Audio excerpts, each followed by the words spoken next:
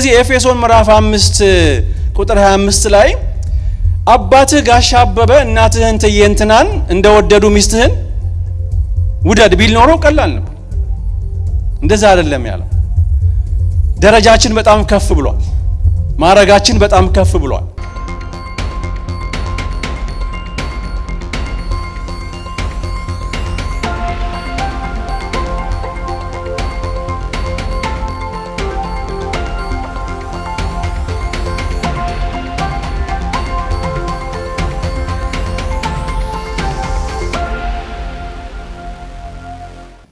እንደምን አመሻችሁ። ክብር ለኢየሱስ ይሁን። እንኳን ለሁለቱም አጥቢያዎች የአንድነት በዓል እንኳን እግዚአብሔር አደረሳችሁ። እሺ ጌታ የተባረከ ይሁን። ከጊዜያችን አንፃር ያው በጸሎቱ ተስማምቼ ነው የምቀጥለው። እንደተባለው ዛሬ አራተኛ ቀናችን ነው። ከኤፌሶን መጽሐፍ የመጨረሻውን ክፍል ዛሬ እንማራለን። የመጨረሻውን 3 የባል ኃላፊነቶችን ነው ላሳይ መጀመሪያ ላይ ተናገርኩትና ሁለቱን አይተናል። ሶስተኛውን ዛሬ የምናይ ይሆናል። ቃሉ መነበብ ስላለበት የእግዚአብሔርን ቃል ኤፌሶን ምዕራፍ 5 ከ22 እስከ 33 ያለውን እኔ ከቁጥር 25 ጀምሮ አነባዋለሁ። ምክንያቱም ከዛ በፊት ያለው ለሚስቶች ስለሆነ ማለት ነው። ከ25 ጀምሮ እንዲህ ይላል። ባሎች ሆይ ክርስቶስ ደግሞ ቤተ ክርስቲያንን እንደወደዳት ሚስቶቻችሁን ውደዱ።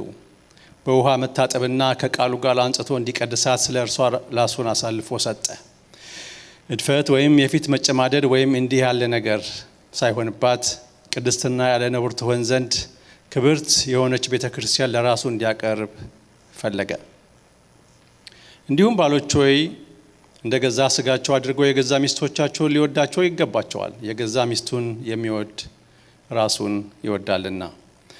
ማንም የገዛ ስጋውን የሚጠላ ከቶ የለምና፣ ነገር ግን የአካሉ ብልቶች ስለሆንን ክርስቶስ ደግሞ ለቤተ ክርስቲያን እንዳደረገላት ይመግበዋል፣ ይንከባከበዋል። ስለዚህ ሰው አባቱና እናቱን ይተዋል፣ ከሚስቱም ጋር ይተባበራል፣ ሁለቱም አንድ ስጋ ይሆናሉ። ይህ ምስጢር ታላቅ ነው። እኔ ግን ይህን ስለ ክርስቶስና ስለ ቤተ ክርስቲያን እላለሁ። ሆኖም ከእናንተ ደግሞ እያንዳንዱ የገዛ ሚስቱን እንዲህ እንደራሱ አድርጎ ይውደዳት፣ ሚስትም ባሏን ትፍራ ይላል። የመጨረሻው ጥቅስ አንደኛ ጴጥሮስ 3:7 እንዲሁም እናንተ ባሎች ሆይ ደካማ ፍጥረት ስለሆኑ ከሚስቶቻችሁ ጋር በማስተዋል አብራችሁ ኑሩ፣ ጸሎታችሁ እንዳይከለከል አብረውን ደግሞ የሕይወትን ጸጋ እንደሚወርሱ አድርጋችሁ አክብሯቸው ብሎ ይናገራል። እንግዲህ ወደ ሶስተኛው የባል ኃላፊነት ከመግባቴ በፊት አንድ በጣም ቀላል ግን የሆነ የጋብቻ ፕሪንሲፕል ላነሳ ወደድኩ። ይሄን ማድረገው ግን ባለፈው ሳምንት መግቢያዬ ላይ አንድ የጋብቻ ፕሪንሲፕል ተናግሬ ነበርና ለጋብቻ መፍረስ ምክንያት የሚሆኑ 2 ዋና ዋና ነገሮች ብዬ ተናግሬ ነበርና እሱን ለመለሰ ሰው ከስቴፕልስ ዛሬ ሽልማት ገዝቼ መጥቻለሁና እሰጣለሁ። ካልሆነ ለባለቤቴንም ሰጠው። ሳምንት ስንማር ጋብቻ በዚህ ጊዜ እንደ ቋግሜ ሊያንስ ትንሽ ነው የቀረውና እንደዛ በትንሹ ሰዎች እንዲፋቱ የሚያረጋቸው ችግር እንዲፈጠር ከሚያረጋው ነገር 2 ዋና ዋና ምክንያቶች ሳምንት መግቢያ ላይ አንስቼ ነበርና እሱን የሚነግረኝ ሰው አለ? ሽልማቱን የሚወስድ? እሺ ሶሪ እሺ አይደለም። ላክን አግኝተሃታል ግን ረጎበዝ? እሺ ሳምንት የሰበከው ወንድ ነው ሴት ነው? እሱን መጠየቅ ነው የሚሻለው። ማስታወሻ ብትይዙ ገልበጥ አድርጋችሁ ታዩ ነበርና ድሮ 1 ለ5 እንኳን ሰዎች ለፓርቲ ስብሰባ ሲሄዱ ማስታወሻ ይዘው ሄዱ ነበረ። እዛ ላይ ብታዩ ጥሩ ነው። እንግዲህ ሳምንት እንግዲህ ሽልማቱን የሚወስድ ሰው የለም። አገኘኸው? ኦኬ አይደለም። ለጋብቻ መፍረስ ምክንያት ቢግ ምክንያት ከሆኑት መካከል ሳምንት ያየነው ከጋብቻ በፊት የሚደረግ ኬርለስ ምርጫ፣ ዝም ብሎ ጋብቻን ማቃለል፣ እንደ ኮንትራት አይቶ የፈለኩትን አገባለሁ። እንደውም አሁን ኦንላይን ላይ ሰዎች እንደፈለጉ ኦንላይን ላይ ያው ቃና ዊግ ነው እንጂ የሚገዛው ባል አትግዙ። ሶ ቹዝ ዋይዝሊ እና ዋይዝሊ ያልመረጠ ሰው ችግር ውስጥ ይገባል። እንደውም አንድ ጽሑፍ አገኘው በቀደም ዕለት የሆነ መጽሐፍ ላይ if you choose wrong person every day is in your life Halloween ይላል። but if you choose the right person every day in your life Valentine and Christmas Day. if you choose cheater and liar every day will be April the Fool. if you choose unmatured person every day will be Children's Day ይላል። እግዚአብሔር ይጠብቀን። እና ሁለተኛው ፕሪንሲፕል ከጋብቻ በኋላ እሳቱን ለማስቀጠል ጋብቻን ለመጠበቅ የሚደረግ ጥንቃቄ አለመኖር ነው። ባለፈው ሳምንት ያየነው። ዛሬ አንድ በጣም ኪ ፕሪንሲፕል እናይና ወደ ባል የመጨረሻው ኃላፊነት እንገባለን። ቸርችና ጋብቻ ውበት አላቸው፣ ፊት አላቸው፣ ገጽታ አላቸው። ሶ የነዚህን የትዳርና የቤተ ክርስቲያንን ውበት ምንድነው ሶርሱ? ለዚህ ውበት ሶርሱ ምንድነው የሚለውን ከቤተ ክርስቲያን ተነስቼ አንድ ፕሪንሲፕል ድራይቭ እናደርግና በትዳር ላይ አፕላይ የሚሆን ነገር አይተን ወደ ወንድ ኃላፊነት እንገባለን። ይሄ ለሁለቱም ስለሚሆን ማለት ነው። እንግዲህ ውበትና ንጽህና በጣም አስፈላጊ ነገር ነው፣ ይማርካል። ጳውሎስ በኤፌሶን ቅድም ባነበብኩላችሁ ምዕራፍ 5 ቁጥር 27 ላይ እድፈት ወይም የፊት መጨማደድ ወይም እንዲህ ያለ ነገር ሳይሆንባት እያለ ስለ ቤተ ክርስቲያን ፊት ይናገራል። እና there is a possibility of መጨማደድ ወይ ደግሞ ውበት መቀነስ ወይ ደግሞ ውበት መጥፋት ሊኖር ይችላል። የቤተ ክርስቲያን ውበት ጠፋ ማለት ህንጻዋ ፈረሰ ምናምን ማለት አይደለም። መልኳ ጠፋ፣ መንፈሳዊ መታየቷ ጠፋ፣ ምስክርነቷ ጠፋ የሚል ነገር ለማሳየት ነው። እንዲሁ ብዙ ነገር የድሮ ነገር ዲቴል የማስታወስ ብዙ ጎበዝ ነኝ ለማለት ሳይሆን ትላንትና ይሄንን ክፍል እያሰብኩ አንድ ስቶሪ ትዝ አለኝ። ድሮ በደርግ መውደቂያ መጨረሻ አካባቢ አንድ እህት ድንገት አየኋት እና በጣም የምታምር ልጅ ነች። አየኋት፣ ለትዳር አይደለም፣ እኔም ያኔ በጣም ልጅ ነኝ። እና ከዛ ደርግ ወደቀ፣ እነዛ ገቡ። ከዛ በኋላ ከ15 ከ12 ዓመት በኋላ ድጋሚ ያገኘዋት እና ስናወራ እዛ የነበረችበት ቤት ባለቤቷም አለ። እንዳጋጣሚ ልንጎበኛቸው ሄደን የበፊት የነበረውን ታሪክ ጠየኳት። ጠይቃት ነገረችኝ። አዎ እኔ ነኝ፣ ያቺ ሴት እኔ ነኝ። አሁን እንደዚህ የምታይኝ በጣም ተጎሳቁዬ ነው አለችኝ። በጣም ተቀይራለች በጣም። እና መንገድ ላይ ባያት እንኳን አላናግራትም፣ አልፋታለሁ። ምክንያቱም ቶታሊ ስለተቀየረች ማለት ነው። እኔ ነኝ እንኳን ብላኝ እዛ ጋር የነበረችውን ሴትና እዚህ ጋር ያለችውን ሴት ማገናኘት ከብዶኝ ነው ከዛ ቤት የወጣሁት። ሶ ቤተ ክርስቲያንም ውበት አላት። ውበቷ ወይ ያማረባት ይሄዳል ወይ ደግሞ ውበቷ እየተበላሸ እየጠወለገ እየተጨማደደ ሊሄድ ይችላል። የመጀመሪያው ቤተ ክርስቲያን በጣም ታምር ነበረ፣ ትስብ ነበረ። ሰዎች ከሩቅ ያዩዋት ነበረ፣ ይማረኩባት ነበረ። በዙሪያ ባሉ ሰዎች ዘንድ ስለ ቤተ ክርስቲያን ፍርሃት ነበራቸው፣ ሞገስ ነበራት፣ ትስብ ነበረ ቤተ ክርስቲያን። የመጀመሪያውን ቤተ ክርስቲያን ምንድነው ውብ ያረጋት? ብዙ ምክንያቶች ቢኖሩም ዛሬ ግን ለትዳር እንዲሆነኝ አንዱ ፕሪንሲፕል ብቻ ላውጣ። በዚህ ዘመን ያለችው ቤተ ክርስቲያን እንድታምር ውብ እንድትሆን እንፈልጋለን አይደለ? ሁላችን እንመኛለን። ግን ቤተ ክርስቲያን ከሩቅ እንድትታይ እንድታምር፣ በዙሪያ ያሉትን እንድትማርክ፣ ሰዎች እንደዚህ ስብስብ ብለው እንዲመጡ፣ እግር ኳስ ቢሆን አዳራሹ እንደሚሞላ ሰዎች የእግዚአብሔር ቃል ሲነገር ሰብሰብ እንዲሉ፣ የእግዚአብሔር ክብር እንዲገለጥ፣ ቤተ ክርስቲያን እንዲያምርባት አርገው ከነበሩ ነገሮች መካከል አንዱ ፕሪንሲፕል በወቅቱ የነበሩ ሰዎች ከአገልጋዮቹ እስከ ምእመን ድረስ የቤተ ክርስቲያን ውበት እንዲወጣ ካስቻለው ኳሊቲ አንዱ ምን ላገኝ ሳይሆን ምን ልስጥ ብለው የሚመጡ ናቸው። ምን ልጥቀም ምን ልጥቀም ሳይሆን እንዴት ልጥቀም ብለው፣ ምንድነው ማገኘው ብሎ ሳይሆን ምንድነው ምሰጠው ብለው ነው የሚሰበሰቡት። ይሄ ፕሪንሲፕላቸው ነበር። እነ ጳውሎስ ምን አለ? እኔ የሚሻለኝ እንደውም በሁለት ሐሳብ አነክሳለሁ። እኔ የሚሻለኝ ብሄድ ነዋል፣ ያ ነው የሚሻለኝ። ግን እዚህ ምኖረው ለእናንተ ለመጥቀም ነዋል። ሶ እዚህ ቤተክርስቲያን ውስጥ ስንመላለስ እንጠቅማለን ወይ? በየትኛውም ቤተክርስቲያን ስንኖር እየጠቀምን ነው ወይ የሚል ጥያቄ እያንዳንዱ ሰው ሊጠይቅ ይገባል። ምን አደርግ ዘንድ ትወዳለህ? ባለፈው እንደተማርነው እነኛ ሰዎች እሺ ምን እናደርጋል? እያንዳንዳችን በዚህም ያላችሁ በኦንላይንም የምትሰሙኝ ሰዎች የቤተክርስቲያን ውበት እንዲገለጥ ከተፈለገ የቱ ጋር ነው የምጠቅመው ብለን መጠየቅ ይኖርብናል። ያኔ ነው ቤተክርስቲያን የምታምረው።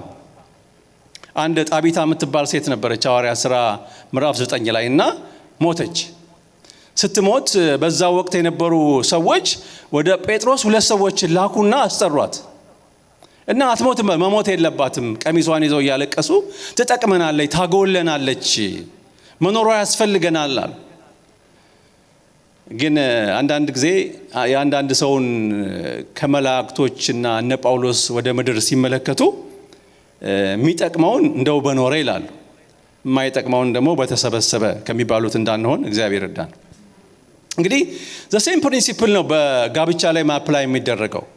ጋብቻ እያማረበት እንዲህ የቆነጀ ከውጭ ያሉትን ሰዎች እየማረከ እንዲሄድ ከተፈለገ ባልና ሚስት ይሄን ፕሪንሲፕል መከተል አለባቸው። ባልም ለሚስቴ ምንድነው የምሰጠው፣ እንዴት ነው ማስደስታት ብሎ መጠየቅ ይኖርበታል። ሚስትም ደግሞ ልክ እንደዛው ለባሌ ምንድነው ማረገው፣ ባሌ እንዴት ነው ማከብረው ብላ መጠየቅ ይኖርበታል። ትልቁ ችግር የሚፈጠረው መቼ ነው? ምንድነው የምጠቀመው የሚለው ምንድነው የምጠቅመው ከሚለው በላይ ጎልቶ ሲታይ ነው። ታዲያ ምን እናድርግ? እንደ ምእመን የቤተ ክርስቲያን ውበት እንዲወጣ ሪስፖንሲቢሊታችን ምንድነው? እኔ ምንድነው ማድረግ ያለብኝ? የቱ ጋር ነው ድርሻዬ ብለን እያንዳንዳችን ልንጠይቅ ይገባል። ቤተ ክርስቲያን አባል አትፈልግም አካል እንጂ። ስለዚህ በቤተ ክርስቲያን ውስጥ ብልቶች ከሆንን እያንዳንዱ ብልት እግዚአብሔር ሰውን ሲሰራ ጭቃ ተልፎት የሰራው አካል የለም። ምንድነው ድርሻዬ? እኔ ብጎል ቤተ ክርስቲያን ክፍተት ይፈጠራል ወይ? ካልተፈጠረ መጀመሪያም የለንም ማለት ነው። የቤተ ክርስቲያን ውበት እንዲገለጥ እያንዳንዳችን የቱ ጋር ነው የምጠቅመው ብለን ማሰብ ይኖርብናል። እንደ ቤተሰብም እንደ ባልም እንደ ሚስትም ይሄንን ፕሪንሲፕል ልንከተል ይገባል። ያኔ ትዳራችን እያማረበት በትዳራችን ደስ እያለን እንሄዳለን። እግዚአብሔር ይህን ጸጋ ያብዛል። አንድ ሰባኪ አንድ ጊዜ ጋበዙንና ድሮ ነው የልደት በዓል ጊዜ ነው። 50 ደቂቃ ከተናገረ በኋላ መግቢያውን ጨርሻለዋል። በዚህ በኤፌሶን መጽሐፍ ቅድም ባነበብኩላችሁ ክፍል ላይ በሁለተኛው ፓርት ከምዕራፍ 4 ቁጥር 1 እስከ ምዕራፍ 6 ቁጥር 9 እና 10 አካባቢ የሚያወራው እንደሚገባ ስለመመላለስ ነው እና ያወራና አጠቃላይ ነገሩን በኋላ ቅድም ባነበብኩላችሁ ክፍል ጀምሮ ያለውን ወደ ዶሜስቲክ ቴዎሎጂ ወደ ቤት ውስጥ ገብቶ በቤተሰብ ውስጥ ዋና ስለሆኑ ስለ ባልና ስለ ሚስቶች ኃላፊነት ይናገራል። የሚስትን በመጀመሪያው ቀን አይተናል። አሁን የባልን ኃላፊነት እናያለን። ሚስትነትና ባልነት ጥሪ ነው። ሚስትነት ቤተክርስቲያንን የመምሰል ጥሪ ነው። ባልነት ደግሞ ማንን የመምሰል ጥሪ ነው? ማንን የመምሰል? ክርስቶስን። አባትህን አይደለም ወይ ደግሞ አያትህን አይደለም። ባል ስትሆን ይሄንን ባል አድርጎ እግዚአብሔር ሲጠራ ክርስቶስን እንድትመስል ነው። ክርስቶስን መምሰል ማለት በባህሪ ነው ክርስቶስን የምንመስለውና አንዱ ምንድነው ልንከተለው የሚገባ ባህሪ ብለን ባለፈው ያየነው ትክክለኛ ባል ክርስቶስን የሚመስል ባል ለሚስቱ ጊዜ የሚሰጥ በማስተዋል ከሚስቱ ጋር አብሮ የሚኖር። እግዚአብሔር ትዳርን መጀመሪያ ሲመሰርት ባልን አዳምን ሚስትህን ውደድ ሚስትህን ምራ አይደለም ያለው። የመጀመሪያው ለጋብቻ የእግዚአብሔር መመሪያ ከሚስት ጋር አብረ ኑር። ሰው እናቱና አባቱን ይተዋል ከሚስቱም ጋር ይተባበራል። የመጀመሪያው ትእዛዝ ይሄ ነው ለባል ከሚስት ጋር አብረህ ኑር ነው። ከቤተሰቡ ያልተለየ ከእህቶቹ ያልተለየ ባል ለአቅመ ባልነት የደረሰ አይደል፣ ይቀረዋል ማለት ልጅ ነው ማለት ነው። ጴጥሮስ እኔ 50 ዓመት ያስቆየኝ ሚስጥር ምንድነው ብሎ ሲነግረን በጴጥሮስ መጽሐፍ ላይ ከሚስት ጋራ በማስተዋል አብረን ሁን፣ ሚስትህን ጣልጣል አታርግ። if you ignore your wife እግዚአብሔር ደግሞ አንተን ኢግኖር ያረጋል። አንደኛ ጴጥሮስ 3:7 ላይ ጸሎታችሁ አይሰማም። ሚስቱን አቢዩዝ የሚያረግ ሰው ሚስቱን ኔግሌክት የሚያረግ ሰው እግዚአብሔር ጸሎቱን አይሰማም ብሎ መጽሐፍ ቅዱስ በግልጽ በማያሻማ ሁኔታ ተናግሮናል። ለምንድነው ከሚስቶቻችን ጋር አብረን መኖር ያለብን? ሚስትህን ለመረዳትና ለመርዳት አብረህ መኖር ይገባሃል። ለምንድነው በማስተዋል አብረን መኖር ያለብን? ሚስቶቻችንን ለመስማት፣ ሚስቶቻችንን ማዳመጥ መቻል ይኖርብናል። ማን ነው ያ አዳም? ሚስቱን ቸል ሳይላት አይቀርም፣ ሳይዘጋት አይቀርምና ወሬ ፍለጋ ሳይሆን አይቀርም ከዳቢሎስ ጋር ሄዳ ያን ነገር ሁሉ ኮሙኒኬት ያደረገችው። እንግዲህ ሚስቶቻችንን ጊዜ ካልሰጠንና ካላዋራናቸው ሾፒንግ እንደሚያበዙ ልነግራችሁ ፈልጋለሁ። በሳይንሱም እንደተረጋገጠው ሴት ከወንድ እጥፍ ቃል መናገር እንዳለባት ነው የተቀመጠው። በተለያየ ዩኒቨርሲቲዎች የተደረጉትን ጥናቶች እያየው ነበርና በርካታ ቃላቶች ውስጥ በቀን ውስጥ ሴት መናገር አለባትና ለዛ ባል እንግዲህ ጊዜውንና ኃላፊነቱን ጆሮውን መስጠት ይኖርበታል። ለማምለክ አብሮ ለመብላት ባል ከሚስቱ ጋር ጊዜ ማሳለፍ ይኖርበታል። ሁለተኛው ባል መሪ ነው እና አንድ ቤተሰብ መሪ የሆነ ሰው ቤተሰቡን ከመምራቱ በፊት እሱ ራሱን መምራት አለበት። ቤተሰቡን ደግሞ ወዴት እንደሚወስድ ማወቅ መቻል ይኖርበታል። ቤተሰቡን ካልመራና ቤተሰቡን ወዴት እንደሚሄድ ካላሳየ በስተቀር ቤተሰብ ግራ ይጋባል። እንደምታስታውሱት በዛ በመሳፍንት መጽሐፍ ላይ በእስራኤል ዘንድ መሪ አልነበረምና ምንድነው የሚለው? ሰው ሁሉ በፊቱ መልካም መስሎ ያረግ ነበረ ብሎ ይነግረናል። ቤተሰባችንን ካልመራን በስተቀር የቤተሰብ አባላት በየመንገዳቸው ሊሄዱ ይችላሉ። እንደ ክርስቲያን ባል እንደ መሪ አንድ ክርስቲያን ክርስቶስን የሚመስል ባል እንደ መሪ ሊያሟላቸው የሚገባ ኳሊቲዎች፣ አንደኛ ራሱን መቀበል አለበት፣ ራሱን ማክበር አለበት። አንድ ባል የመጀመሪያ ጥሪው ራሱን ማክበር ነው። ራሱን መጥላት አይደለም፣ ራሱን መውደድ፣ ራሱን መቀበል፣ ራሱን ማክበር አለበት። ምክንያቱም ዓለማችን ወንድ ልጅ ዲሞናይዝ በሚያደርግ ሲስተም ተሞልታለች። ስለዚህ ይሄ አንድ የመጀመሪያው ነገር ነው። ሁለተኛው ነገር በተከታዮቹ የሚወደድ መሆን አለበት። አንድ መሪ፣ አንድ ክርስቲያን ባል ቼክ ማድረግ ያለበት የምመራቸው ቤተሰቦቼ፣ ልጆቼ፣ ባለቤቴ ፈርተውኝ ነው የሚከተሉኝ ወይስ ወደው ነው የሚከተሉ ብሎ ቼክ ማድረግ አለበት። እግዚአብሔር ሰው ዳዊት በተከታዮቹ በጣም የሚወደድ ሰው ነበር እና አንዳንዴ እንደውም ጦርነት እንዳይወጣ ይከለክሉታል። እንደውም አንድ ጊዜ አምጡልኝም ብሎ ጮክ ብሎ አልተናገረም። በሽክሹክታ ከቤተልሔም ውሃ ብሎ ተመኘ። ሲመኝ ጊዜ አጠገቡ የነበሩ ሰዎች ሰምተው ነበር። አምጡልኝ አልተባሉም። ግን ዳዊት ይሄንን ብሎ እንዴት እኛ እንተኛለን ብለው የፍልስጤምን ጦር አቋርጠው ሄደው ለዳዊት ውሃ ይዘውለት መጡ እና እንካ ጠጣ ያማረህን፣ አንተ አምሮህማ ሳታገኛት ቀርም መሪያችን ብለው ሕይወታቸውን ከፍለው መሪያቸውን ለማስደሰት ጥረት አደረጉ። ስለሚወዱት ስለሚያከብሩት ማለት ነው። ዳዊትም አልጠጣም፣ ይሄ መጠጣት የእናንተም ደም መጠጣት ነው ብሎ ውሃውን ደፋው ይላል። እንደ ባል መጠየቅ ያለብን ይሄ የሚመራቸው ልጆቼ፣ ባለቤቴ እየፈሩ ነው የሚከተሉኝ፣ ደስ ብሏቸው ነው የሚከተሉኝ ብሎ ቼክ ማድረግ ያስፈልጋል። እኔ አንድ ጊዜ ከአገር ውስጥ ደህንነት ቢሮ መረጃ ደረሰኝ እና እኔ እንግዲህ አገልግሎት ውዬ በጣም ቢዚ ሆኜ ስትረስ ዶኜ ምናምን ስመጣ ገና ድምጽ ሲሰሙ ክላክስ ምናምን ለካ ጥሩ እንትን አልነበረም ቤት ውስጥ እና እንግዲህ ስገባ ዝም በሉ ምናምን ዜና ምናምን ላለው መሰለኝና ቅጽል ስም አወጡልኝ እና እኔ ልክ ክላክስ ሳረግ ዜናው መጣ ይላሉ እና ይሄ መረጃ ደረሰኝ እኔ ከሀገር ውስጥ ደህንነት ቢሮ ከባለቤቴ እና ከዛ በኋላ አስተካከልኩ። ምክንያቱም መምጣቴን ምን እያደረጉ ነው ማለት ነው። እንደውም አንድ ሴት አስታውሳለሁ የምስጋና ርዕስ እንደሰጠች ባሌ ሌላ ሀገር ተቀየረ ብላ ከነበረበት ከሷ ጋር ማለት ነው። እንደ መሪ እንደ ባል የምንመራቸው ሰዎች እየወደዱን ነው ወይስ ወደ ጌታ ሄደ እያሉን ነው የሚለውን ልናቅና ልንረዳ ይገባል። ሌላው የመሪ ባህሪ የህዝቡን ፊሊንግ የሚከተሉትን ሰዎች ፊሊንጋቸውን ሲደክማቸው፣ ሲያማቸው፣ ሲደብራቸው ማወቅ መቻል ይኖርበታል። የሆኑ ጊዜዎች አሉ ዋይፎቻችን ናይፍ የሚሆኑበት ጊዜ አለ። ያኔ ተረድቶ አስፈላጊውን ጥንቃቄ ማድረግ ይገባል። የስኖ ጫማ ማድረግ የሚያስፈልገን ጊዜ ይኖራል። እንግዲህ ሶስተኛው የመጨረሻ የምናየው አብሮ የሚሆን ባል መሆን አለበት። ቀጥሎ የሚመራ ባል መሆን አለበት። የመጨረሻው ላቪንግ ሃዝባንድ መሆን አለበት። እንግዲህ ሚስትህን ውደድ የሚለው የእግዚአብሔር ቃል ምክርና አስተያየት ሳይሆን ጥሪና ትእዛዝ ነው። ኮሊንግ ነው ወይ ደግሞ ኮማንድ ነው። በፍቅር መኖርና መጓዝ በፍቅር እንደመውደቅ ቀላል አይደለም። ፎሊንግ ኢን ላቭ በጣም ቀላል ነው። ከባዱ ነገር በፍቅር ወክ ማድረግ ነው። መጽሐፍ ቅዱስም ሲነግረን በፍቅር ውደቁ ሳይሆን ያለን በፍቅር ምን አድርጉ ተመላለሱ ነው የተባለ።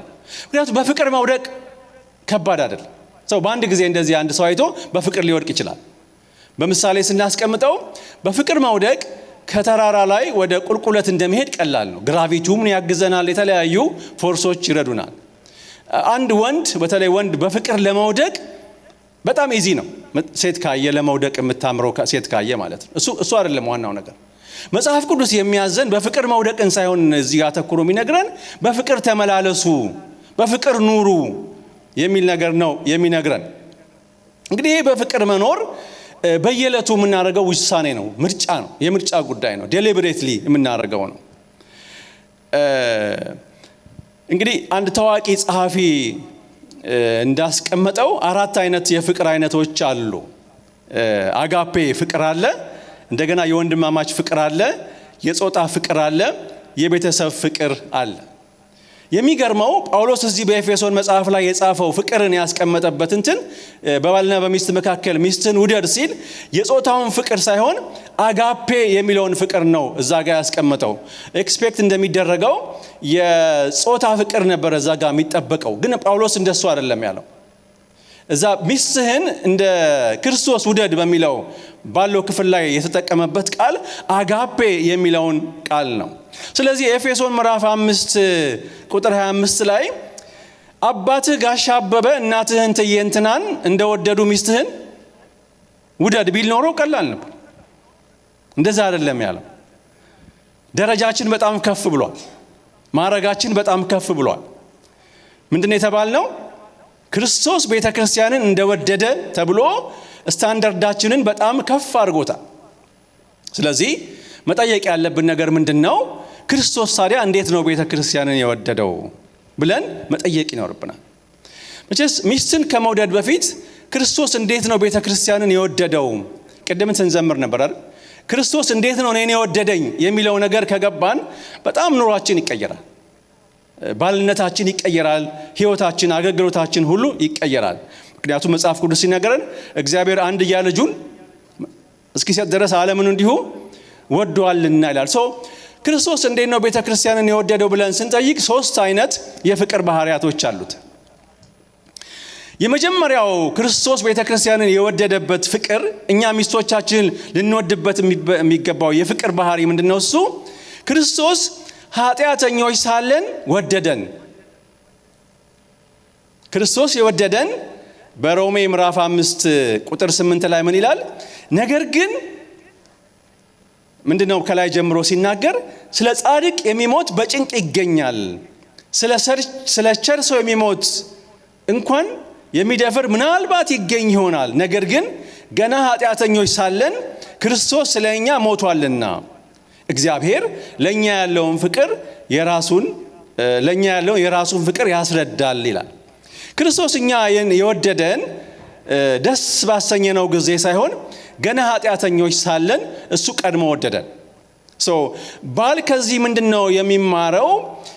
ሚስትህን እንደ ክርስቶስ ውደድ በሚባልበት ጊዜ ሚስት እስከምትቀየር ድረስ፣ ሚስት እስከምትወደው ድረስ፣ ሚስት እስከምታከብረው ድረስ አይደለም ጠብቆ መውደድ ያለበት። ሚስት ሳታከብረው፣ ሚስት ለሱ ሳትመቸው ባል ሚስቱን መውደድ ይኖርበታል።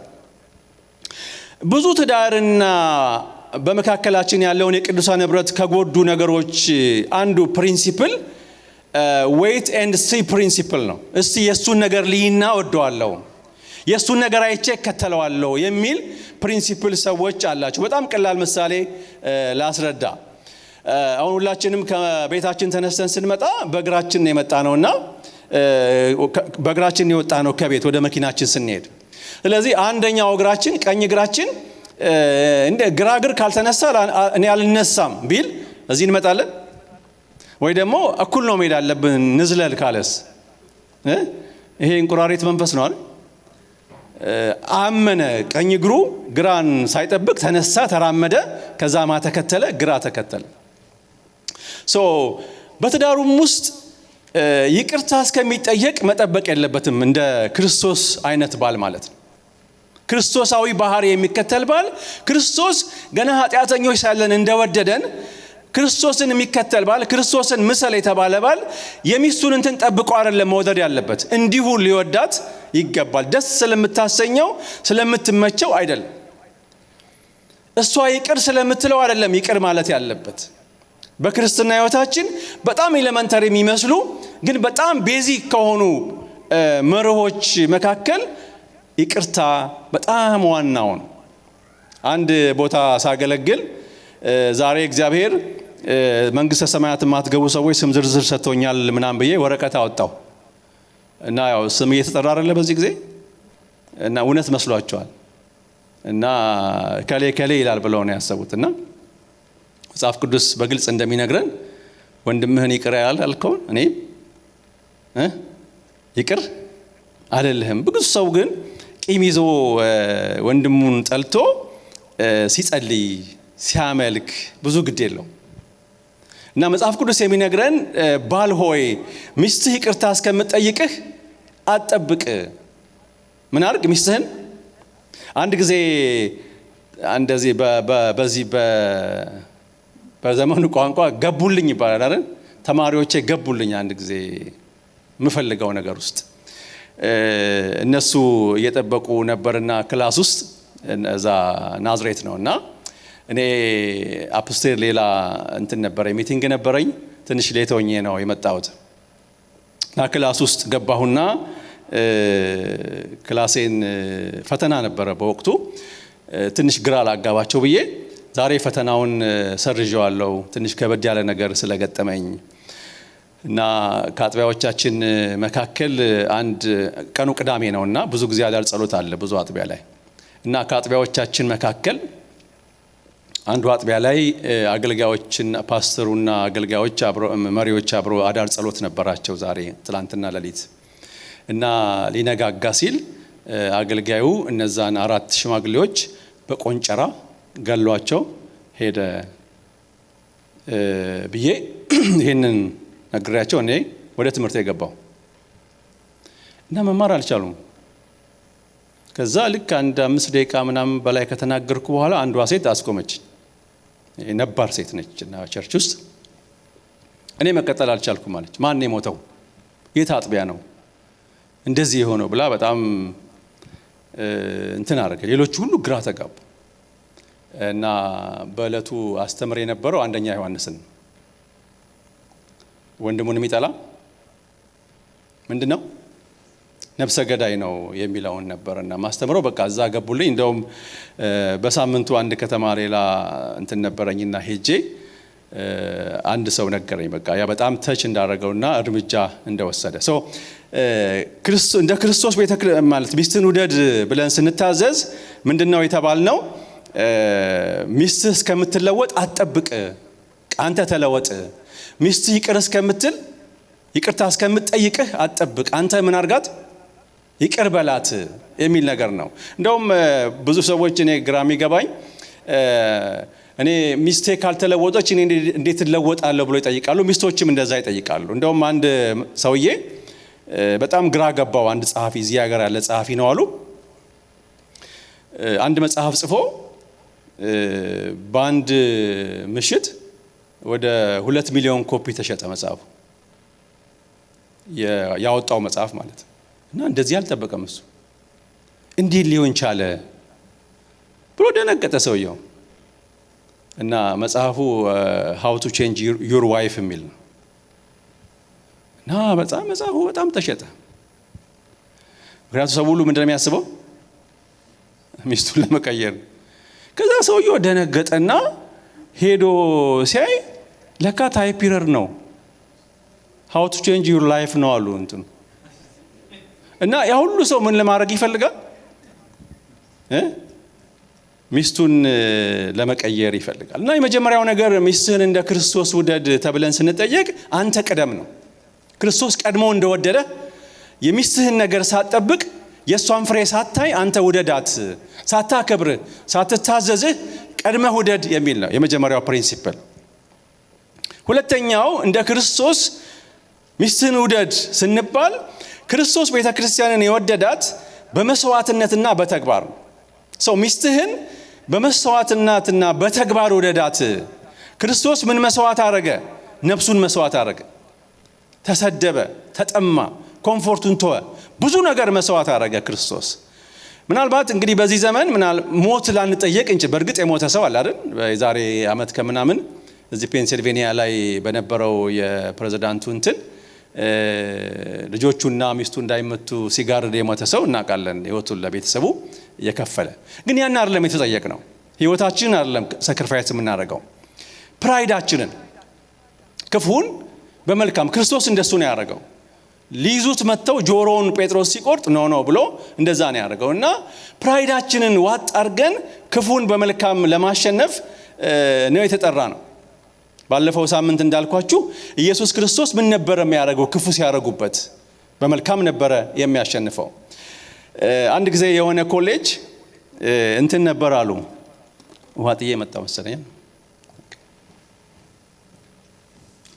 ቴንክ ዩ ፓስተር። አንድ ጊዜ የሆነ ኮሌጅ ኃይለኛ ድብድብ ነበረ። የብሔር ድብድብ አይደለም። እና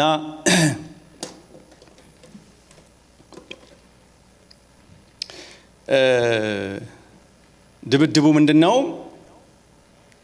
9 ቁጥር 8 ቁጥርን በጣም መታው እና ለምን ትመታኛለህ ብሎ ሲጠይቀው 8 ቁጥር ከኔ በታይ ስለሆንክ ነው አለ።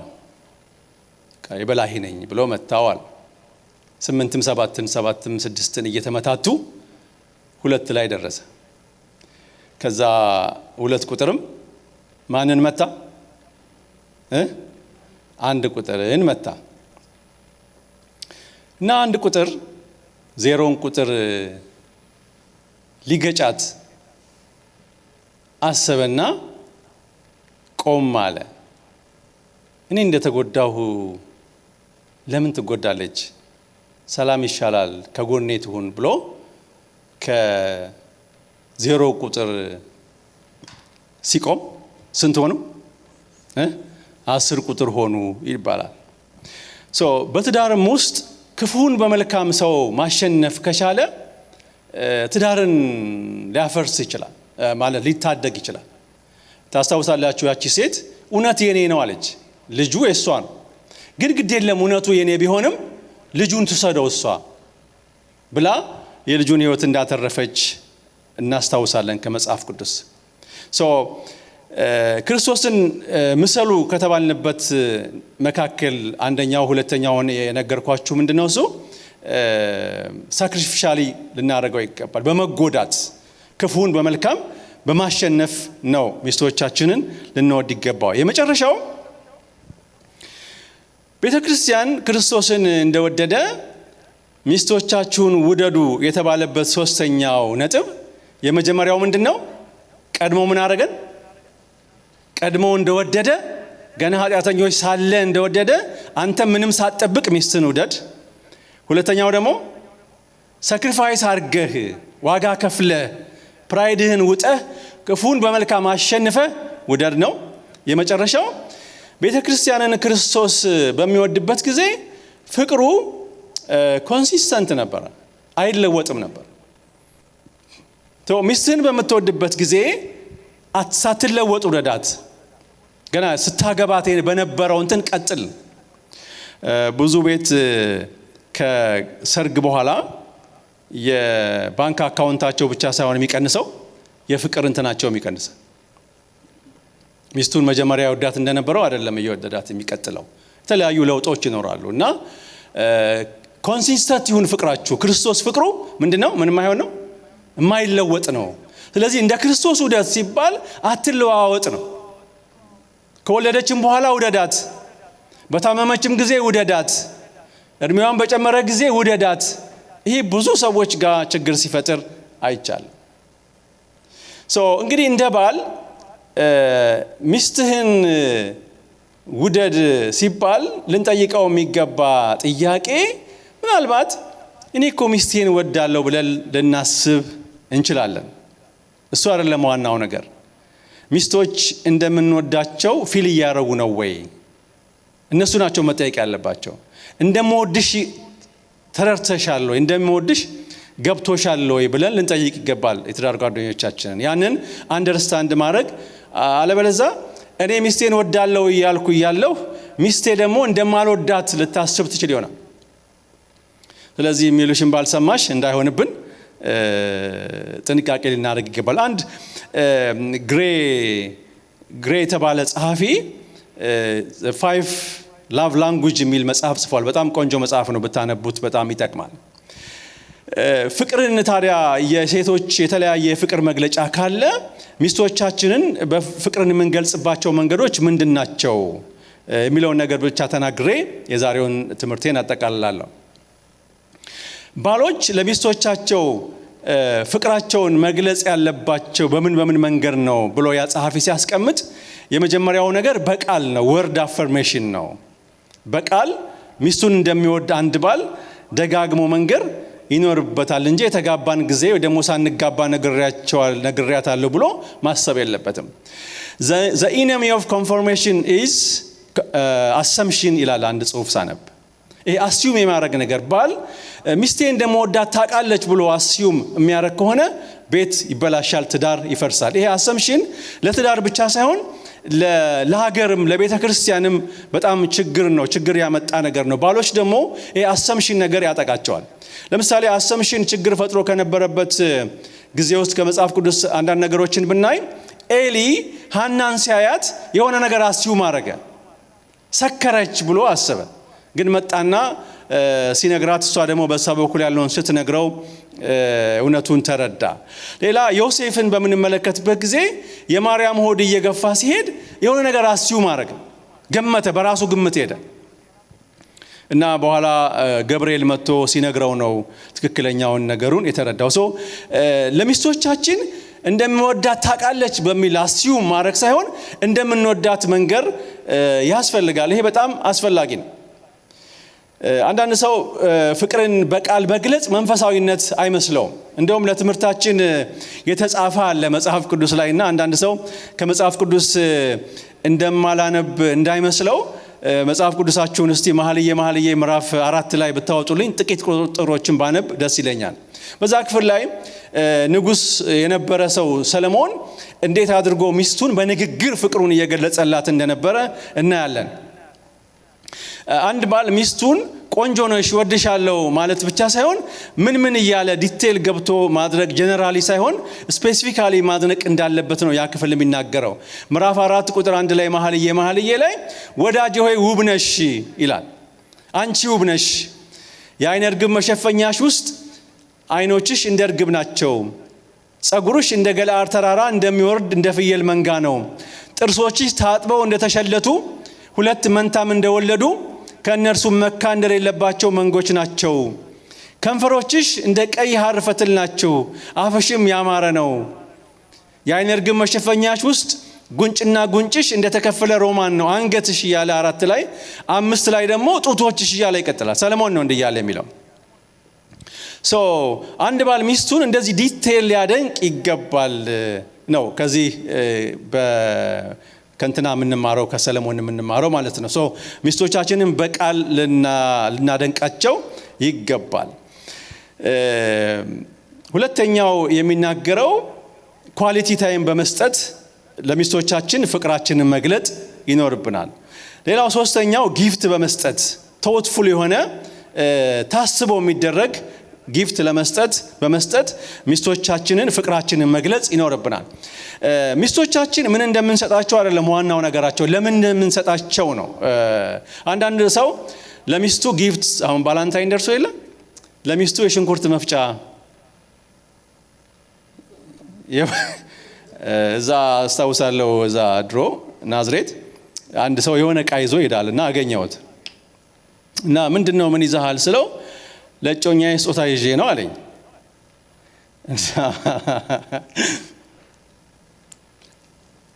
እና ድሮ ነው ምንድነው ያስከው ስለው ቡታ ጋዝ ነው አለኝ። እቺ ትንሽዬ ቡታ ጋዝ ነበረች ያኔ በእንትን የምትሰራና እና ምንድነው ታዲያ እንደዚህ ይሰጣል እንዴ ስለው አይ ምን መሰለህ አለ የኔ ያረጀ ነው አለ። የኔ ቡታ ጋዝ ያረጀ ነው እኔ ጋር ይዛ ማምጣቷ ሶ ጊፍት ስንሰጥ የሆነ ምንድነው የሚለው አይደለም ዋናው። አንዳንድ ሰው በቃ ለሚስቴ የሆነ አጠራቅሜ ምናምን ብሎ ያስባል። ግን ኢንቴንሽናል ሆነን ማሰብ ከቻለን ሚስቶቻችን እኔ አሁን ጥናት እያደረኩ ነው ለቫላንታይን ምንድነው መገዛው እያልኩ እያሰለልኩ ነው በተለያየ ሰው በኩል እና ማሰብ ቁጭ ብሎ ማሰብ አንድ ቀን ምንድነው ማረገው ለሚስቴ ምናምን በያሰብኩና ቆይ ለምን ስቲከር አልገዛም ብዬ እሷ ሳታየኝ ከአማዞን ላይ ስቲከር ገዛውና አይ ላቭ ማይ ዋይፍ ምናምን ብዬ ወደ ሆነውታል ኔድ ስንል ለጥፌ የጠበቅኳትና ከዛ በኋላ አነዳዷ ሁሉ ተቀየረ። ሶ በተለያየ መንገድ ፍቅራችንን መግለጽ ይገባናል። በመርዳት አብሮ በማሳለፍ እና በተለያዩ ነገሮች ፍቅራችንን ልንገልጽ ይገባል። ይሄን ሁሉ ማነሳው ለምንድነው እናንተ ሄዳችሁ መጽሐፉ እንድታነቡት ሂንት ለመስጠት ያህል ነው። እንግዲህ ቤታችን ሚስቶች እንደ ቤተክርስቲያን ለክርስቶስ እንደምትገዛ የሚገዙበት ባሎች ደግሞ ክርስቶስ ቤተክርስቲያንን እንደወደደ ሚስቶቻቸውን የሚወዱበት ሆኖ ትዳራችን ያማረ እንዲሆን ጸሎቴም ምኞቴም ነው። ሁላችንም እግዚአብሔር ይርዳን። እንጸልይና እንጨርሳለን። ፓስተር በጸሎት ይዘጋልናል።